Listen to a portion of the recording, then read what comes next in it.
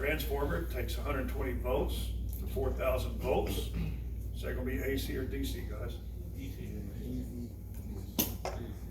Are you absolutely certain? AC, and it cuts it in half, right? Amps it up.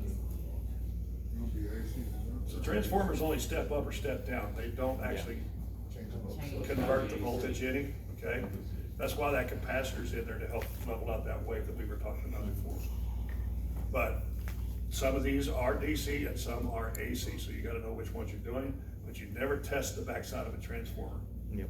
Your meters are only designed to go, some meters may go up to 1,000 volts. There's not a one out there that go up to 4,000 volts. So you only test the front side and both sides of the transformer, see if it's getting power. Other than that, you test resistance in ohms to make sure that you're getting resistance in ohms all the way through there, and you always test to ground on that. So you go from one pin to your chassis ground, from the other pin to your chassis ground. So since that transformer is actually screwed right straight to the chassis, you just set it right on top of that transformer and check it. That'll tell you if you got a ground in your transformer. So make sure you're testing that the right way. Don't ever try to test it on the high side. You'll blow your meter up right in your face. And believe me, have you ever seen a melted meter? Whoever had that in their hand's gonna have a little burnt hand. It's not a fun thing, so don't do it. Okay? Push the start button, the switch, called a triac. Now, most of the times, triacs are only in the countertop versions, okay? Most of the rest of these will have relays on the control board, okay? That relay is actually gonna send that power.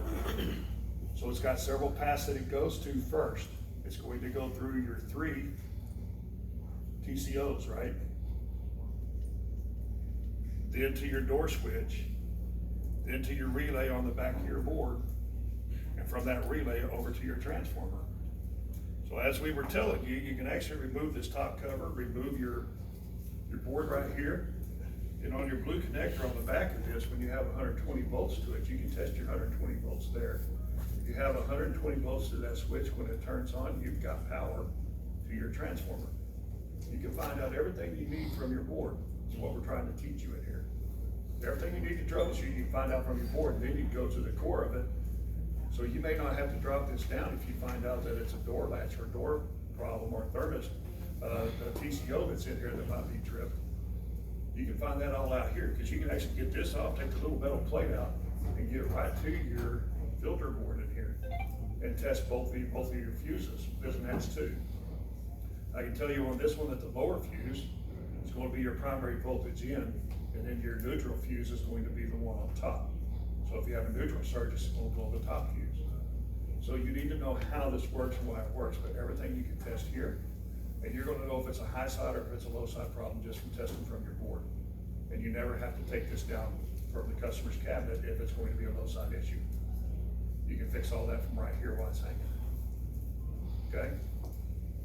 So those are important things that you need to know. Okay? Of course, the magnetron needs constant high voltage to operate. Okay? That voltage has to stay constant. That's why that capacitor's in there, to level out that way so it stays constant. Now, does microwave put out radiation? No. Microwaves don't put out radiation. Everybody says they're nuking it, right? But they're not nuking it. They're using a sound wave, a very ultrasonic, very high-pitched sound wave to cook. Where does this number come from? You know, I don't know where that started, but it uses a microwave. It is using a form of sound to go through that antenna directly at that food to cook. Okay? We've been hearing that for years. Yeah, and everybody worries about radiation, Right. but it's not really gonna mess with you with radiation. Okay. Even if it sounds like it's still running with the door open, there's still no radiation. Okay? But I guarantee you if that door's open, that magnetron's probably still not gonna be working, because it takes all 3 of those switches working in conjunction with each other to make sure that you have everything together to make it cook. So the fans may still be running, but it's still not gonna be microwaving or trying to cook anything. You got all those safety factors in place to keep that from happening. So you can tell your customers, you know, be at rest, be at ease, there's no radiation here. It just uses a microwave. Okay, safety first. What is the first thing we always do when we open up a microwave? Discharge the capacitor. Discharge the capacitor every time, right? That capacitor holds enough amperage in it to do what? Kill you. And how much amperage does it take to go across the heart to kill you? Very small. 0.5, so a half of an amp. That's all it takes to go across the heart. I don't know if any of you know anything about medical, but when they put those paddles on, like in the movies and stuff, and they're shocking people, the max they can go on those is up to 300 millivolts. Otherwise, they could cook the heart past that. Does that tell you anything? Because those go directly over the heart. Okay? So those defibrillators can go up 100, 200, and 300 is max if you ever look at one. So when they're doing that, increase, you know, the max, they're going on 300 millivolts.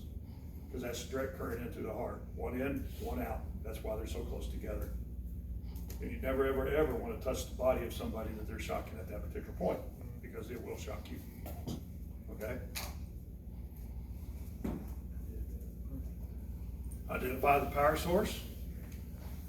What type of power source do we need for a microwave? 20 on a designated circuit, right? Okay? Don't worry about gas and water, there's not on there. No. 20 amp breaker. Yep, and the owner's manual tells you a 20 amp breaker. Anything from 1900 watts up to 2600 watts will take anywhere from 14 to 16 watts amps to work. For startup and stuff, it will take a little more amperage, so you need at least a 20 So amp. if they keep popping the breaker, there's a chance that this thing, outlet is wired with a 15. Possibly, yes. It's something you need to check, but yeah. They telling me nobody be on GFI?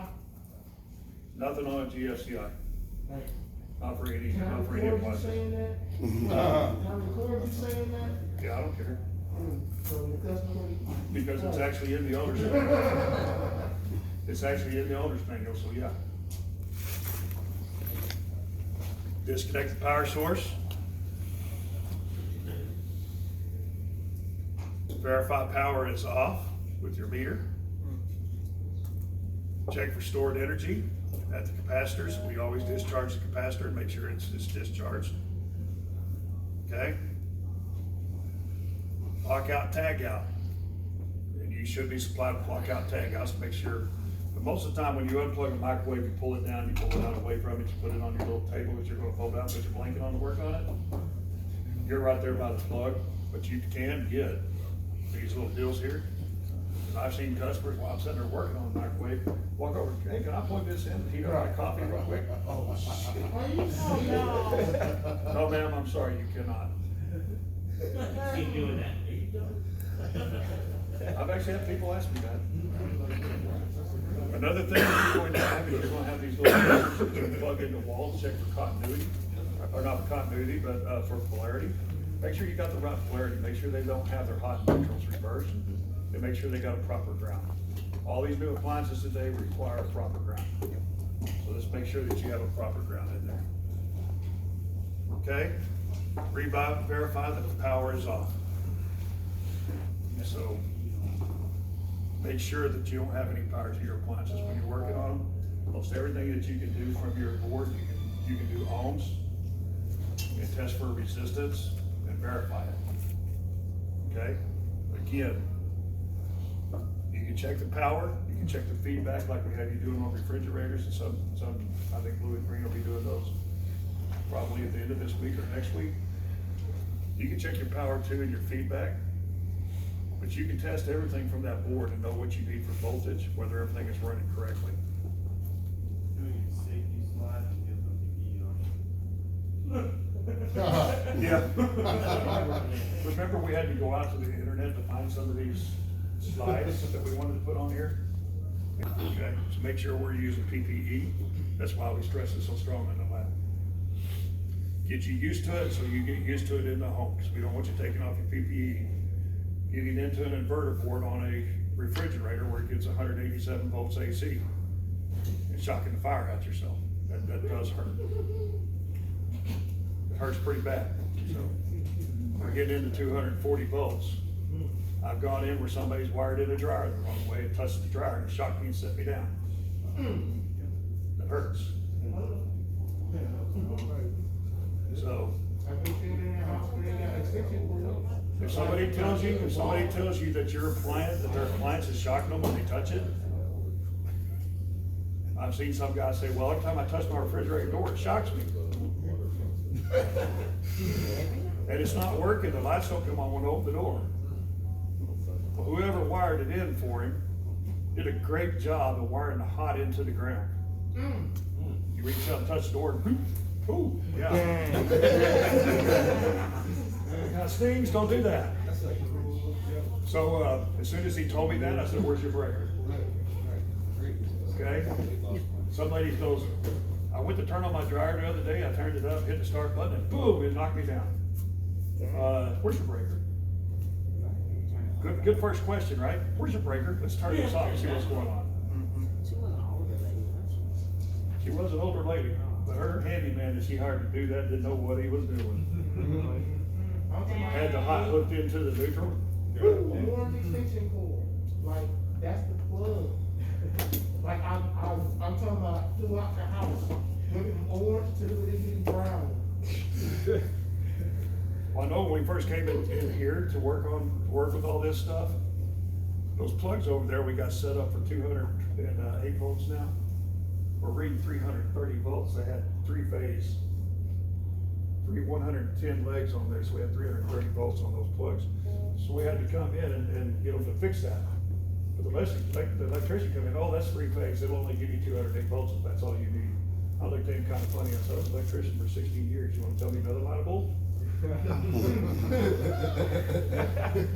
go that song, I'll tell you you're wrong, so we had to go fix it. So what do you do when you have the dishwasher, it's too short, and then go get the orange extension cord, turn off the end of it, plug it up to the dishwasher, and plug it in to make it longer? And we'd be like, no, we can't do that? Well, that's not properly wired in, so it needs to be properly wired in. I don't wanna take a chance of you guys getting electrocuted or shot. So just partner with your coach on that when you see that stuff. Let your coach know you make that decision. Don't make that decision on your own, okay? Okay, primary troubleshooting steps. Before you jump down a rabbit hole in troubleshooting the appliance, check this stuff first. The appliance is fully plugged in. How many of you go out ahead and see that the plug is hanging out really loose? Yeah. Okay? Always check the outlet and the breaker. Make sure that you got the proper voltage, 120, 240. So I guess that one's broken,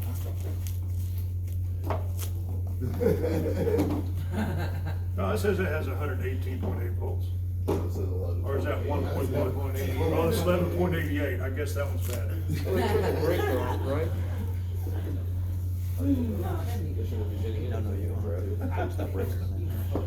Okay? Microwave will not power on. Check the fuse. If the fuse is blown, you'll be able to do continuity across it. If you're going, you're good. Do you ever check the fuse while it's still hanging in its connector? Yeah. No. No. Go ahead and pull it out, set it down, test it. Okay? Sometimes you can get a false positive if you do that, and something else is shorted across the back of it, so don't take a chance of a false positive. Okay? Check for the flow, check a short for the transformer, magnetron, and diode. You can actually take those and check them right straight to themselves because they are actually attached to the cabinet, so you just go from each pin to itself and see if it's got a short in it. Pretty simple check. A non-functioning fan can cause overheating. So you got your fan inside. It has to be operating to help keep everything in there cooled down. Okay? That is separate from your exhaust fan up here though. So there's 2 fans in here, right? So make sure that the fan is working because it can cause overheating inside and cause it to shut down from high limit. Okay? The only resettable thermal disc in here is the one on top of the magnetron. The rest of them are TCOs. If they trip, they're gone. Okay? But what they're doing is they're sensing the tensor inside that cabinet. So if one of those trip, check your fan, see if your fan's working. You can temporarily jumper those out, turn it on, see if the fan's working. If the fan's not working, replace it. Pretty simple find. Faulty door monitoring switch or misaligned door. How many of you have gone in and seen that the customer's opening and then they just, when they get done, they just slam it as they go by, right? You ever seen those little plastic latches break off? No, Yeah, I've seen them breaking off. you had to slap that job. So, I mean, the kids go in there, they pull something, they're reaching way up there to grab something out of there, they get it out, they can't hardly reach it, they can really slam that door hard. They can break the latch on the housing, they can also It can also damage and the switch. they can dislodge the switch, or they can also bend the little latches on there, little metal latches, and cause it to stay intact all the time. Just a few little things like that to check out, okay? So a blown fuse, anytime you have a blown fuse, you need to be looking for the reason for that blown fuse. I don't care what appliance it's on. Usually there's a reason. Either they had an electric storm, they had a lightning strike close by, caused a surge through there and blew that fuse. But if it wasn't anything like that, a power surge of some sort, there's gotta be a reason within that appliance, whether it be a refrigerator, a microwave, washer and a dryer, if they've got a fuse on them. There has to be a reason for that blown fuse. Find the reason and make sure you're getting to a core solution, okay? So don't look out there and think, oh, it's just got a blown fuse, put a new fuse in there, and guess what? You walk out 2 days later, you're going back because it blew the fuse again. If they say my house was hit, and a lot of components, my team go down, is it covered under warranty still? Is it covered under warranty still? Yep. It should be still covered under warranty. We still cover it. Yeah. Because a blown fuse may not be anything. Oh, I'm sorry, if the microwave went out because of the house being struck by the door, nearby, the transformer. Acts of God are not covered. There's a brown house, a little fuse in the microwave. Do what, a brownout? Yeah, a brownout could blow a fuse if it gets a good surge back, yes. A loss of neutral to the house can do the same thing. Okay? Alternatively, a fuse can blow due to a power surge, which is what we were just talking about. So just understand that could happen. Did everybody get a picture of that? They thought they had one vote.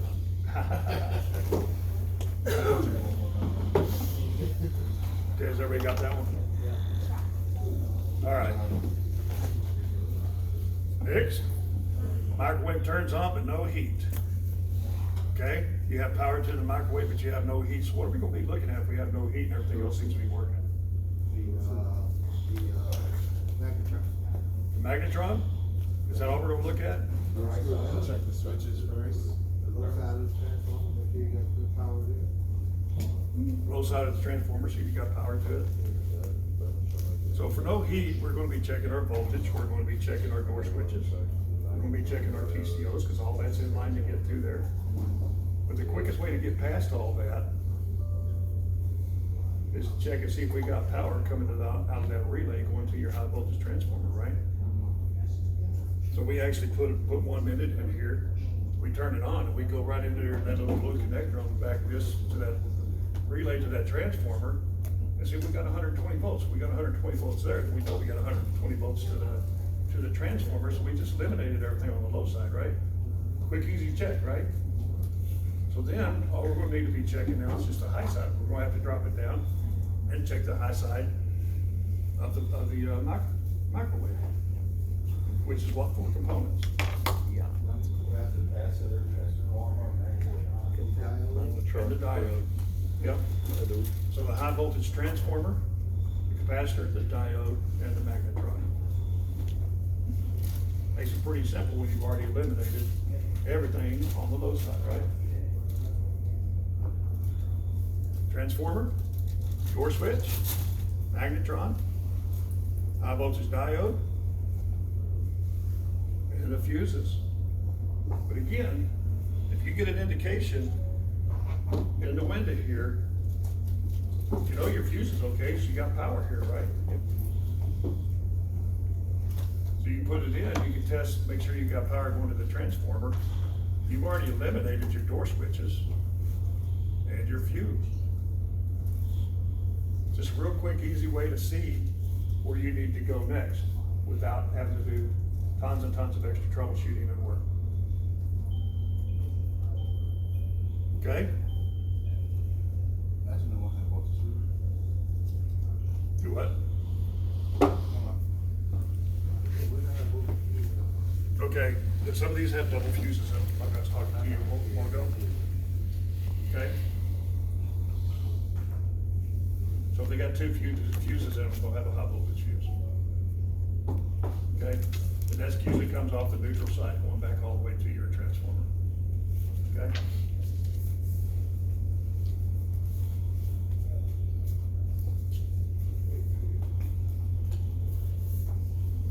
Okay, for repairing the microwave, like other appliances, you need to isolate the microwave components and test them. Of course, we've already been over this activity, but this is just a little bit of a refresher. Before testing anything, safety is always first. Make sure there's no power, do lockout, tag out, and what else? Discharge the capacitor. Everybody got a picture of that? Don't miss. Oh, there's more coming. Okay, so test the high voltage components for continuity and a short circuit, okay? So again, continuity will tell you whether it's bad or not, but I wanna know how many ohms. I prefer you use ohms for everything. Okay, so you can test your transformer, about 1.5 ohms is pretty standard. Okay, you can test for short circuits. See how it's going from the one pin to the housing on the transformer. You can do that from both sides, okay? So make sure you're testing it from both sides and make sure you don't have a short to ground. Okay, test the high voltage components. Here's a way to do your magnetron, usually about 1 ohms. And then again, you can check it to its housing to make sure that you don't have a short. Now, what I was talking about is about that thermistor on top. That is the only resettable thermistor that there is in the microwave. The rest of them are TCOs, once they blow, they're gone. Okay, but that one will reset. And that's why you take it off and put it on the new one, right? Huh? That's why you take it off and put it on the new one? When you replace them? You can, but I prefer that if you're going to do that, is to go ahead and get a new one and put it on there. As a recommendation, because I've seen it too many times where I've gone in and changed the magnetron and moved it over, I was back out there within 60 days to replace that part right there. Yeah. Okay, because that's designed to work for the length of the magnetron. It's going to be weak by that point, it's gonna start tripping out quite a bit. I say that because when Samsung sends them, they don't send them. You gotta take it off. Nope, you gotta order it with it. Some microwaves, they want the bracket change. Wow. Yep. Well, it comes as the whole bracket and everything comes with the magnetron. Okay? The bracket is mounts to. A lot of them come with it nowadays. Yeah. Okay? So make sure you get good readings on these when you're testing them, that you don't have any short to ground. Whether you know it or not, this right in here has some electronics in it. I don't know if any of you has ever pulled one apart, there's some electronics in here. If you ever pull one apart, the magnets in these are extremely strong. They're as strong as an earth magnet. Is there?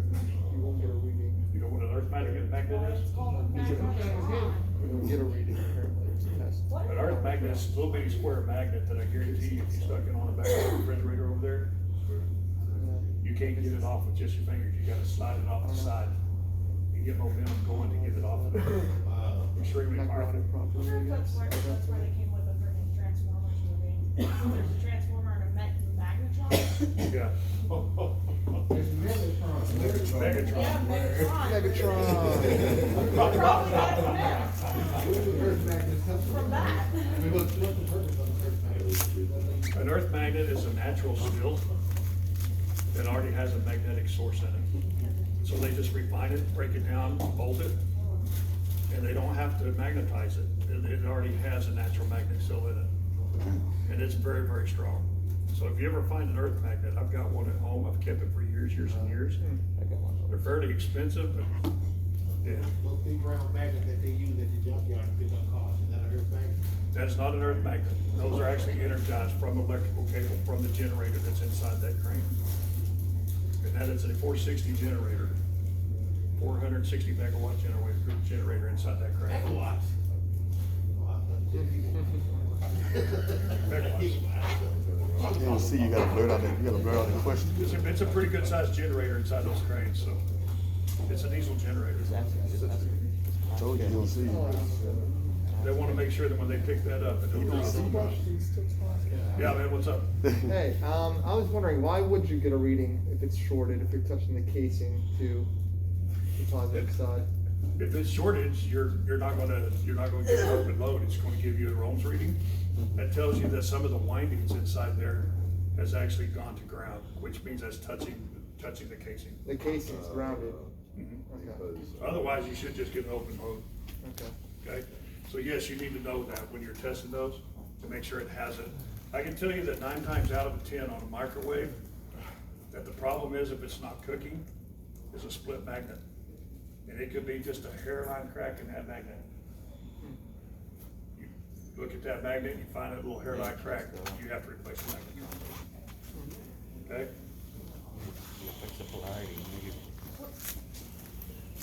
Door switches, best way to test them is to put your meter leads on there, push the switch. If it goes from open to closed, or closed to open, then you know it's working correctly. It should read about 0 ohms, because it just becomes a direct path, so it should be just real short direct path. Okay? Now, some of these, and most of them in a microwave are not the double ends, so one of these may be normally open, one of them may be normally closed. Okay? And the comment's always on the bottom.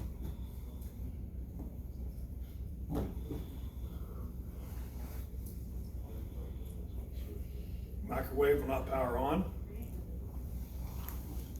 Check your diode. You can also check your diode with a 9-volt battery. Now, these are one direction diodes, okay? So you put your battery over here on one side, your lead on the other side, and see if you're getting 9 volts through your diode. See that little ring on that diode right there? That indicates the direction of the power. Okay, so plus is always away from it, negative is always where you see your stripes. You can see 1 to 5 stripes on them. Okay? But that's a diode. You switch your leads on it, you're getting power back to the other way, you got a bad diode. Okay? It should read approximately 0.5 ohms if you ohm it out. Best check though is to check it with your 9-volt battery. Okay? Huh? Quit tripping.